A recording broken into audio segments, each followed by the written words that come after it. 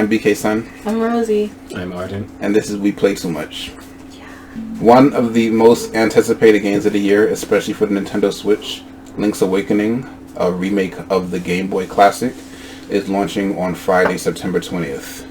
Being huge Zelda fans, especially Arden and I, that made us want to discuss why we like Zelda games. One of the reasons why I enjoy Zelda games is because of the exploration in Zelda games. Being dropped into the world and having to find your way is one of the most exciting parts of Zelda games. Looking for the items, especially when you have to look for your first sword going into the world, is just it's a fun experience. I like the caves that you can find, and like all Zelda games expand upon the exploration. Zelda 1, you were dropped into the world and you really didn't know what to do. You went into caves and people would tell you little bits of what's going on, and you can get the sword, and then you have to find the dungeons and you have to battle the enemies in the dungeons to get more weapons so that you can traverse to fight Ganon. And all Zelda games have that type of structure in them, and I just love the exploration in Zelda games. Right. Zelda 1 definitely did it in a really different fashion that you wouldn't really expect, because once you start playing the game, again, you don't really know anything about what's happening. So you have to go through like so many different like paths just to see like exactly what the world is and what it has in store for you. But when you go to like different games such as Breath of the Wild, it takes it in like a different place, because you start up the game and you already know what's happening. Like you see Ganon and you know that you're on this place, you were sleeping for like 100 years, and it's like find everything I need to get just to beat Ganon. But the fact that not everything is like necessary in order to beat the game, it just makes exploration something that's personal. Like it's not actually part of the game that you need to do just to like be able to beat it. You're just doing it just because you want to do it and like see what the game is all about, you know? Yeah, that's why Breath of the Wild just really resonated with me, because you could play it one way and somebody else is going to play it a totally different way. It's the lack of structure in Breath of the Wild just made it that much better for me. You didn't have to go a certain place. It wasn't a first dungeon to go to, and actually they replaced dungeons, period. And a lot of people don't like the fact that the dungeons were replaced in the game, but it did really add some more exploration. Zelda and Breath of the Wild, you go to a town and you see something in the distance, you're going to want to go to that direction. It's always leading you somewhere else. Did you say that he was asleep for 100 years? Yeah, so basically the story is he loses to Ganon 100 years in the past from where you start the game. He was placed into the Shrine of Resurrection. He sleeps for 100 years to recover his energy. And basically, in this time, Ganon's pretty much like taken over all of Hyrule. A lot of characters, for some reason, are also like 100 plus years old. Like, Impa is also like, what, yes. 120, 140, something like that. Then there's Per, who's like 130, along those lines. Like, a lot of these characters survive past like what you would normally expect them to, which is interesting. Like, I'm not sure if there's like a big reason for that, but it's just like an interesting take on the story. I had no idea. I haven't really seen you guys play that one much. You definitely need to try to play. I know you only played a little bit of it, No, and I know that you rock monster came at the me. Stone Talus. No, I'm sorry, I can't. But the exploration is also like in Wind Waker. Wind Waker is one of my favorite Zelda games, and just when you leave Outset Island on the King of Red Lions and you're exploring and just going from island to island, I loved the marking of the map in that game. I just loved all of the towns like being atop of mountains and everything from a flooded Hyrule. Wind Waker is sometimes divisive, especially before it launched. It was an extremely divisive Zelda game. People weren't really into the art style of it, but I think it's one of the most beautiful Zelda games, and it stands the test of time. It's always going to look beautiful, but the exploration in that is kind of different from, definitely different from Breath of the Wild, definitely different from the original Zelda, and even though it's different, it still just stands up. And I mean, all of the Zelda games have exploration. Zelda 2, you're exploring the town, and it's a totally different Zelda again. To go from Zelda 1, which is a adventure game, to Zelda 2, which went more to an RPG type of experience. I always found it kind of weird, like Zelda 2. I think it's a decent game, obviously not the best, but I think what they had in mind was pretty interesting, because I think a lot of Zelda games definitely go in like one direction, but with this one, it's like, at first it doesn't really feel like a Zelda game exactly. It doesn't. Because like not a lot of the areas are very memorable, and there's like a lot of like obscure things that need to do to be able to progress in the game. Like there's like a random like villager, I think, that's just like hidden in just like the forest, and you have to be able to find them to be able to like progress, but you don't know how you're gonna find them unless you like speak into like a specific villager in this town. Which one is Zelda 2? It's the 2D one. It's the one that's like a side scroller. What system? NES. I don't know. Yeah. We had a copy of it on the Game Boy Advance. I don't think you really have seen us play it. And I've never beaten that game. I didn't even really get that far into it. It was kind of enjoyable, but again, it's probably one of the least liked Zelda games. But it also is, in a way, a predecessor to Link's Awakening. Link's Awakening has some of the side-scrolling that was present in that game. So, in a way, it's a mashup of the original Zelda and Zelda 2. And I'm looking forward to when that game launches, because I never beat Link's Awakening. I played it, but I've gotten stuck in it. And I guess Link's Awakening is one of the Zelda games where it's the easiest to get lost in, from what I understand. Another thing that we like about, that I enjoy about Zelda games is the music. The music in Zelda games has always been amazing since the very first Zelda. I mean, that's where the iconic theme for Zelda actually originated, and Zelda games since have either been, they either have that theme in it or they have remixes of the theme. And then, like, with the advent of Ocarina of Time, music actually really became a major focus in the game with the Ocarina. I love all of those songs in Ocarina of Time. I probably can still remember some of them if you pass me a Nintendo 64 controller. And the music is just beautiful in those games. I remember, I think it's that game. Is that the game with the fairy? The Great Fairy? There's Great Fairies in a bunch of other like games. The one with like the red hair and stuff. Yeah. I remember that one. I'm not gonna sing it right now. I was thinking about doing it, but yeah. What do you mean? We have to have your singing. You sang at the end of the last video. No, but yeah, I don't know if I never really liked Ocarina of Time. It was kind of creepy. How is Ocarina of Time creepy? In comparison to Majora's? I mean, Majora's is creepy because of the moon, the font of the final day at the bottom of the screen, and because of the creepy guy in the clock tower. The happy mask salesman? He's creepy when he gets all angry, and I think he like picks you up and like shakes you or whatever. Yeah, he's creepy. I think they animated him to be creepy. Like he like lacks animations to like make it seem it's just like a stutter step type thing. It's definitely like interesting that they did that. And about the music thing, I really like that in Majora's and Ocarina, like you have your own instrument. Right. And that was something that was kind of missing in Breath of the Wild. Definitely. Like you see Cass with the accordion. Yeah. I think that was actually like very interesting. But the fact that you can't like have something that you can play yourself, like even if it doesn't have sort of use in the game itself, I think it'd be like really interesting.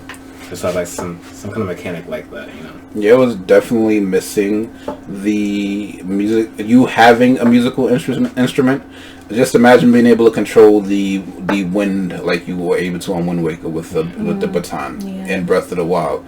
That would have been really cool, especially with the way the world, and you had the glider, so you could have like had the wind go in the direction that you want to go, and it takes you there faster. Yeah.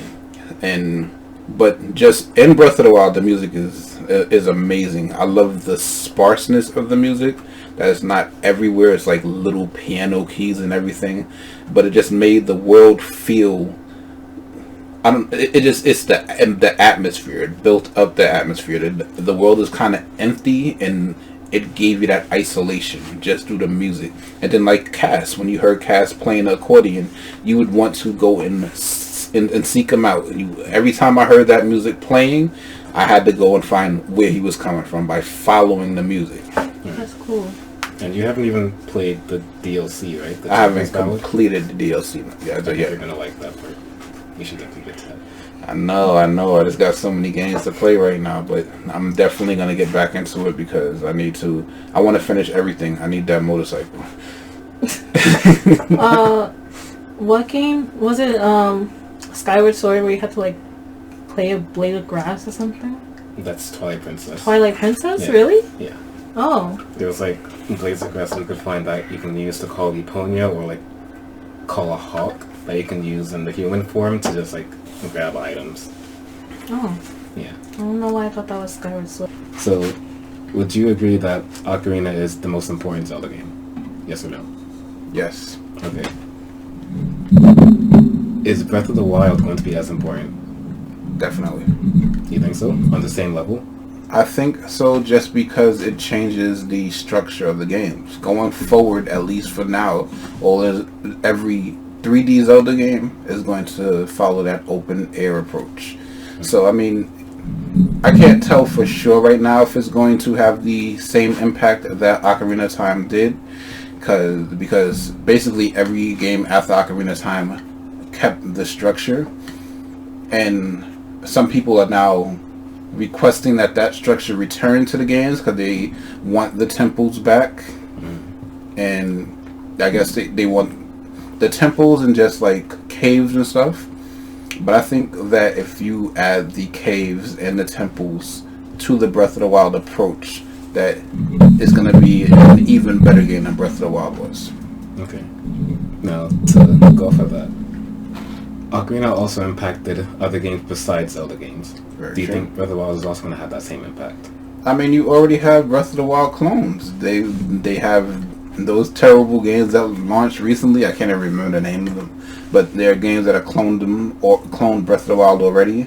That's a good question though, because I don't think every game is going to have you be able to climb every surface other than inside of the shrines. I don't think every game is going to give you the ability to. It's not every game is not going to try to do with physics what Breath of the Wild did with physics. So it may not have the same level of impact that Ocarina of Time did. Okay, that's fair. So the reason I asked that was because, like I said before, that I wasn't the biggest fan of Ocarina. I do think it's probably the most important, but it's interesting to think about that because now with so many different games doing so many like unique things, it's hard to see that Breath of the Wild will also have that kind of impact. Like, because in Ocarina of Time's time, I guess I could say that, but there wasn't really much to compete with that game at the time because there was so many things that they got right, but at the same time, not many people were able to understand what they did wrong with the game. But with Breath of the Wild, it was like a triumph among Zelda games. But for people to actually like know certain things that they did wrong in the game, because there are definitely like bugs or like frame drops that people complain about, and it's like little small things, but there's like so many things that you can just try to pinpoint in that game, but it's not really gonna have that kind of impact, I feel, because there's so many different things that they put into the game, but other people are putting into the game. That's just, it's like a different feeling, I guess. Hard for me to like explain it properly. Well, the thing is that, in a way, Ocarina of Time was a trendsetter. It was a game that 3D games, period, were they weren't. That was like the advent of 3D games. Mario 64 really put Mario 64 really brought the 3D game play into effect. Ocarina of Time, what was that? Ocarina of Time kind of took what Mario 64 did and took it even further. Breath of the Wild, you can see its influences. You see what influenced Breath of the Wild. You don't really see what influenced Ocarina of Time. So Breath of the Wild, you can look at Ubisoft games like they took the towers basically from Assassin's Creed games. They took the approach from like Skyrim. So in a way, you have Breath of the Wild, which took those things and expanded upon them in a Zelda way, but Ocarina of Time was like a trendsetter. It brought in the Z targeting, and a lot of games tried to copy Z targeting. Environmental storytelling. I mean, being that again, it was at the advent of 3D gaming. But I don't know. I don't think Breath of the Wild could possibly have the level of impact, but it does already have a major impact on gaming at this point. I think it's because a game like Ocarina of Time is like, it's a classic, and it's like, and Breath of the Wild is like, it's beautiful, it's amazing. People love the game. Did it win an award? Won tons of awards. Yeah. But I feel like one of the main things is it's very realistic looking, and it has like, you know, like the trees move and the grass moves and all that stuff, and a lot of games, maybe not, I don't know on the Switch, but other systems like have like that realistic feel, and I feel like that's something a lot of games are probably moving towards. So it's not a trendsetter like Ocarina of Time was. You actually make a good point though, because on the other systems there are games that definitely look way better than Breath of the Wild does, and they have a more realistic looking world, but they don't have the physics that Breath of the Wild has. Like, you'll have games that are gorgeous, but they don't. In Breath of the Wild, you can set grass on fire, and use it as an updraft. There are games that put way more into the actual looks of the game, where you can't do stuff like that. And there's like games that was the whole Breath of the Wild versus Horizon Zero Dawn argument, and people were on both sides of the argument. But the people that complained about Horizon complained that despite how beautiful the game is, you couldn't do certain things that you could do in Breath of the Wild. Are they similar games? They're kind of similar. I mean, it's just in Horizon you play as a character that uses a bow and arrow, and I mean it's an open world game. So when being that they came out around the same time, they were automatically linked with each other. But again, there are things that in Breath of the Wild that you're able to do in Horizon you can't do. And again, if you played Breath of the Wild, a lot of people complained because this game, while it is extremely beautiful, there are things in Breath of the Wild that you do that you would never be able to do in Horizon. Like the way the grass moves when you walk through it. In, again, a game that is more detailed in Horizon, it doesn't have that level of interaction with the environment.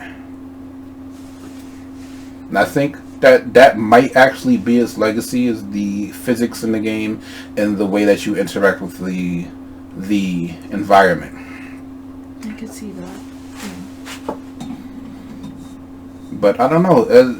It's hard to be as influential as any of those games. No Mario since Mario 64 has been as influential as Mario 64, and there are definitely games that have surpassed Mario 64. At least in my opinion. I mean, there are people that will say that Mario 64 is the best Mario, but I don't think that it has been. I think it's definitely been surpassed a few times. Yeah. But then again, I mean, for me, the most influential game of all time is the original Super Mario Bros.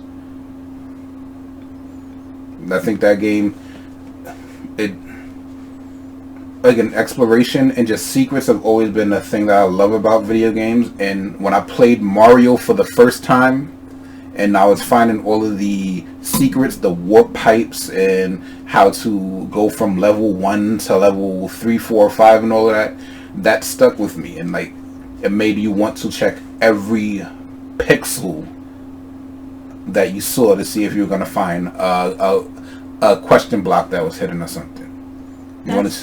Yeah, that's something, because after playing games like that, and I would try to do that in like a Kirby game, but there's not that kind of detail. There's no real secrets like that in games like the games I like to play. Like, yeah.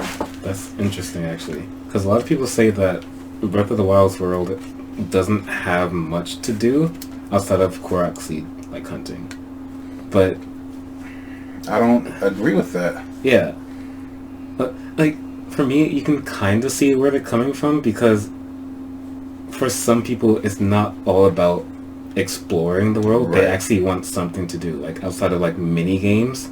It's like there's like that snowball bowling thing that you can do that's like in the mountains. Mm-hmm. Then there's like the ring flying through on the eventide. Right. But like in the center of the world itself, there isn't that much to do, like as far as like mini games are concerned. Like side quests. Yeah, there weren't a lot of mini games. There weren't a lot of side quests, and those are things that actually are abundant in previous Zelda games. And I guess it was missing in Breath of the Wild.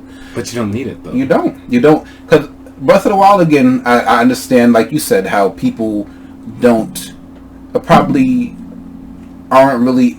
Well, people that aren't into exploration in games, it's going to be hard to hook them. But it's just... I loved the sparseness. I loved how you could just walk. Because I didn't use the horse the majority of the game. Yeah, me neither. I walked through everywhere.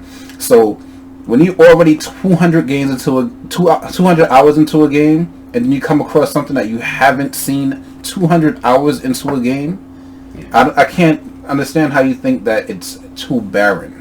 Right. I think that's just one of the things that Breath of the Wild benefits from, because it just feels like it's a part of the game. But like how Rosie said, in Kirby there's no secrets. I think if you don't have like a sort of like environment where secrets are welcome, then you're gonna benefit from that in a way, like with Breath of the Wild. But when you aren't finding special things to do in Kirby, like when they're not obvious, then it's just kind of like lackluster in a way. Like it's just like very simplified, and there's not much reward for like finding different mechanics in the game. Right. Well, I don't want this to turn into just a Breath of the Wild discussion, because I want to make a Breath of the Wild video going forward. But I guess for me, finding these little nods to previous games and just finding these little towns is enough for me. That's enough of a secret. That's like when you come across the thing that looks like the mirror from Twilight Princess. Yeah. That's like amazing environmental storytelling to me. When you first come across Eventide Island. And that's like one of the most brilliant parts of the game. When you come across that place where it's completely dark, and you have to use... you guys are going to have to use a torch or fire rods or something to get through it.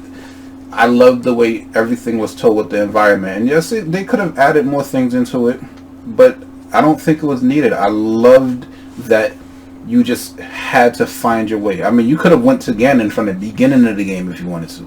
Yeah. It's like you have like total freedom, which is cool. Like I like games like that. I probably still won't play Breath of the Wild. But I think some people do latch on to like being told like where to go, who to talk to, Of what course. to do. Cause I like stuff like that. I like Pokemon games. You're basically told like what to do, where to go. Yeah. That's the thing though, in Zelda though. A lot of people got tired of the hand holding, and early Zelda games there wasn't that hand holding in, but then you got to like Twilight Princess and Skyward Sword, and there was hand holding, and I like the fact that they got rid of that. They dropped you into the world, and you had to find your way. The Great Plateau was your tutorial, but it wasn't really giving you any information as to what to do. They said you go to this shrine, you get this weapon. You go to this shrine, you get that weapon, and then you use them, and that's it. Yes, and even then, you had the choice of which one you had to go to first. Yep. You didn't have to go like a specific place just to have that thing, just so you can complete the next shrine. There was like complete freedom in the tutorial, which is definitely something different. Well, and that kind of grew that because that came from A Link Between Worlds. From A Link Between Worlds, and some people didn't like it, but I like the fact that you could just buy the weapons outright or rent the weapons outright, and then you can go to any temple in any order. I don't want to be restricted again in Zelda games where I have to go in an order. If I want to go to the hardest level first, then let me do that. Yeah. And more games are actually starting to do that, period. There are games where you from the beginning can try to finish the game. And I think that's better than just hand holding and telling me what direction to go in. So it may not have the level of impact that Ocarina of Time did, but I think it's going to still have a major impact. What other things do you like about Zelda games? Like, just the series as a whole. Because one of the things I like is the weapons. There are a lot of cool weapons that you get in Zelda games. There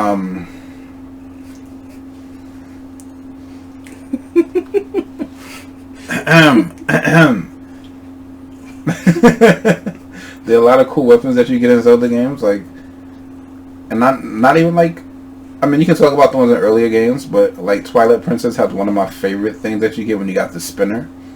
Oh yes, I love that item. Twilight Princess just had a lot of cool items, period. And I love the items. No, we're not going back to Breath of the Wild right now. No. But like, I like hook shot. The hook shot is one of my favorite, and then in that game you got the double hook shot, which made traversal more fun. And I loved the traversal in Zelda games. It was like in Ocarina of Time when I first got on Epona. And just to talk about Ocarina of Time, playing that game for the first time for me was just, it was game changing, because the game felt so massive playing it for the first time. Like, going from a 2D world to a 3D world that felt as big as Ocarina of Time did. Because games didn't feel that big. That felt like the biggest game. Now I go back and play it and it feels tiny in comparison to the games that we play now. But back then, that's why it's such a big deal for me. It was the story. It was how huge the game was. And it was just the characters, the music. I think it was the closest to a perfect game I had played at that point. Can I say what I like? Yeah. Oh, okay.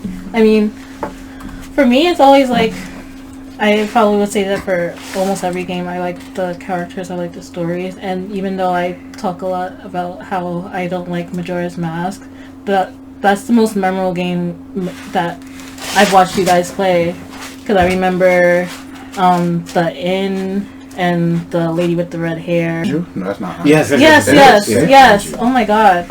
So off. We're cutting that. But yeah,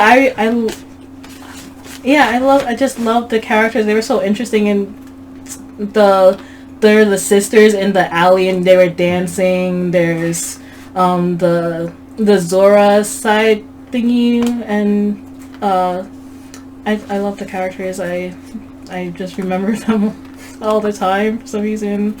And that's probably why I would play if I did go back. Never mind. I probably would have played it just because of the moon. The moon. I can never get over it. But I remember Skull Kid and always see Skull Kid at Comic-Con.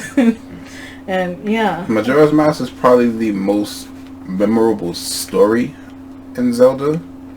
And it's a really amazing game. I love in that game I loved the traversal. Just being able to turn into the Goron and speed through Termina was amazing. Being the Zora and being able to swim the way the Zora swam in the water was amazing. I didn't really like controlling Deku Link. But I did like Deku Link. It's just that 5-hop thing in the water was kind of frustrating sometimes. Yeah. But I love so much about that game. That game had the best side content, period, in a Zelda game. Just so many memorable stories.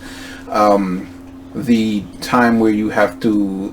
It's like the alien mini game on the ranch with... What's her name? Oh. Malin or Marin? Yep, Malin. And it was... Then you had like Twin Rover. That's Ocarina. Ocarina. So what were they called in that though? Because it was still the same characters. Oh no, they weren't. In Ocarina, they were actually... No. And Majora's Mask, they were regular characters. They were just like... One of them was in a hut where you could go get like... magic potions made. Wait. I think Oh wait, that's them? Yes. I never put that together. I always thought they were different. I didn't know. Okay. Then you had fake Mario and Luigi as on the ranch. Yeah. Oh my god, yeah, I forgot about that. You gotta play that game again. Oh my god. Nintendo needs to release the Nintendo 64 like tomorrow on the Switch, so I can play these games. That'd be great. Yeah, that's not happening for like at least another year at the very least. That would be great. But that was a... Do you think that they would do that? Put Ocarina Majora's on like a 64 classic? What they need... They should. But how do they make money off of that? Because they made the 3DS and Ocarina Majora's Mask remake. Would they actually just like not monetize those two games? Well, that's probably not... This is Nintendo we're talking about, so you know they want to monetize it. So, no Nintendo, after Breath of the Wild 2 comes out, they're going to announce, like, Majora's Mask and Ocarina on a disc for, like, 70, not even 60. But, I don't know. I mean, all of these games that they're releasing on these classic consoles were games that they were selling to you, again. So they sold those on the virtual console. And... I guess a lot of those games don't get remade like Zelda games do, because what remakes have we had for Mario in the last few years? Just Deluxe. And yeah, well, Mario Kart counts. Yeah, Mario Kart I don't really consider a remake, and I don't consider like the Switch game a remake. Like Nintendo, we haven't got any remastered Mario games. Yeah. But we get except for like the only remastered Mario games we've gotten is like the Mario and Luigi games. Oh yeah, Superstar Saga. Yeah, and then they remastered another one, but I can't remember which one it is right now. But they don't remaster Mario games, so that's a good question because I'm almost sure they're going to try to sell Ocarina of Time and Majora's Mask again. Yeah, but if they make a Nintendo 64 mini, or if they make a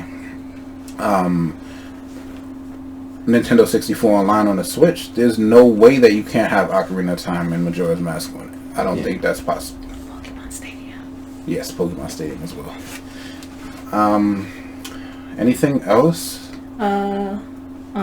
Just wanted to talk about Wind Waker because I really like the way that game looked, and I just also the characters from there.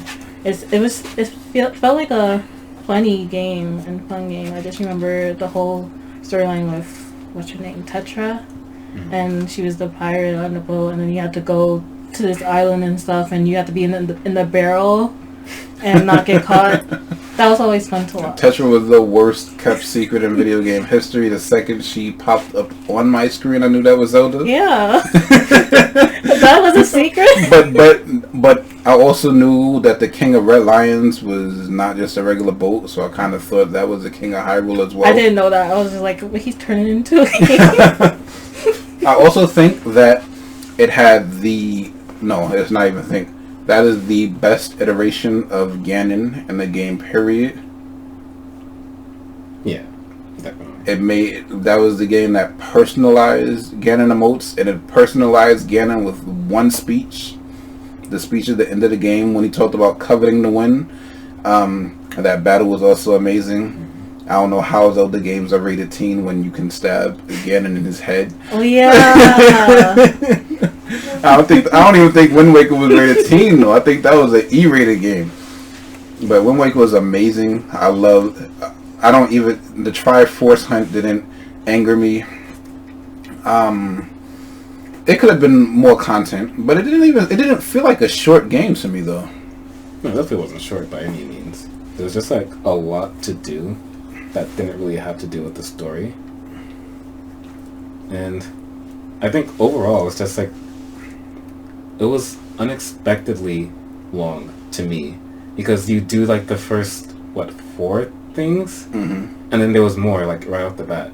Well, that's that thing that the Zelda games used to always do with like the bait and switch. It's like with Ocarina of Time, you do the first half of the game and then you wind up in the Temple of Time and then you're teenage Link. Yeah. And you thought that maybe that was the end of the game right there. And it's the same thing with Link to the Past, where you get to the point where you go to the Dark World, and you probably thought that was you going towards the end of the game, and you have another, how many dungeons left after that? I think it was 8. Yeah, crazy. That's a long game. Yeah, that's a game that I'm gonna have to beat very soon. I wanted to play that leading up to why do I keep on forgetting the name of this game? Link's Awakening. Link's Awakening. But I don't think that's gonna happen. But Link's Awakening, I'm streaming that. Yeah. I'm streaming that Friday night on Twitch. What? Anything else? Honorable mention, Four Swords, because that's the only Zelda game I played and beat. Four Swords was really good. What they wanted to do with Breath of the Wild is they were talking about they wanted to make it so that you could play co-op or play multiplayer. So I wonder if this next Zelda is going to have any kind of multiplayer in it. Because playable Zelda. Playable Zelda is a must. They need to stop playing around. Either just a game focused around I was Zelda. about to say, either make her playable in this game, or you need a game where Zelda is the main character. And she is, and you get to play as her. It's Zelda, her legend. Zelda does not have to be the damsel anymore. Zelda is probably the most powerful character in the Zelda series. And they keep on using her as a damsel. In Breath of the Wild, Zelda fended off Ganon for 100 years. Wow. Why are we saving Zelda? And I'm the biggest Zelda fan in the world. You see? Biggest Zelda fan in the world. And Zelda's in the back there somewhere. On Charlie's side. Come on now. And I love Link. But why can't Zelda save Link? Exactly. Yes. I would There's so love much that. they could be doing with Zelda. But then again, there's also another thing that I want. A Ganon game. A Ganon game. Yeah. What do you mean, A Ganon game Ganon's could inside be... story. No, a Ganon game could be Nintendo's God of War. Come on now. You should I know. could see that, I guess. They need... Nintendo doesn't have like a character action game that they make. If Miyamoto said he could make Halo, it's time for Nintendo to make a Ganon game where you are the bad guy. I mean, come on. Would be fun. Yeah. Anyway, I love Zelda. My favorite game series. And I'm looking forward to Link's Awakening and finally beating this game. And then in 2020, it better be Breath of the Wild 2. 2020, thank you, Nintendo. Slides Monopoly money across the table. Anyway, I think we talked way too long about Zelda. There's so much more that we could talk about. One of these days, we're probably going to put like a 10-hour Zelda game on YouTube. And like 4 people are going to watch. And I'm going to be one of those 4. And I don't watch our videos like that because I don't like watching myself back. Oh my god. Wow. Not giving us the views. I always give us a view. Definitely. And I give us a like too. Like, share, subscribe. But I'm making that 10-hour Zelda game. That 10-hour Zelda video. Be ready. This is We Play Too Much.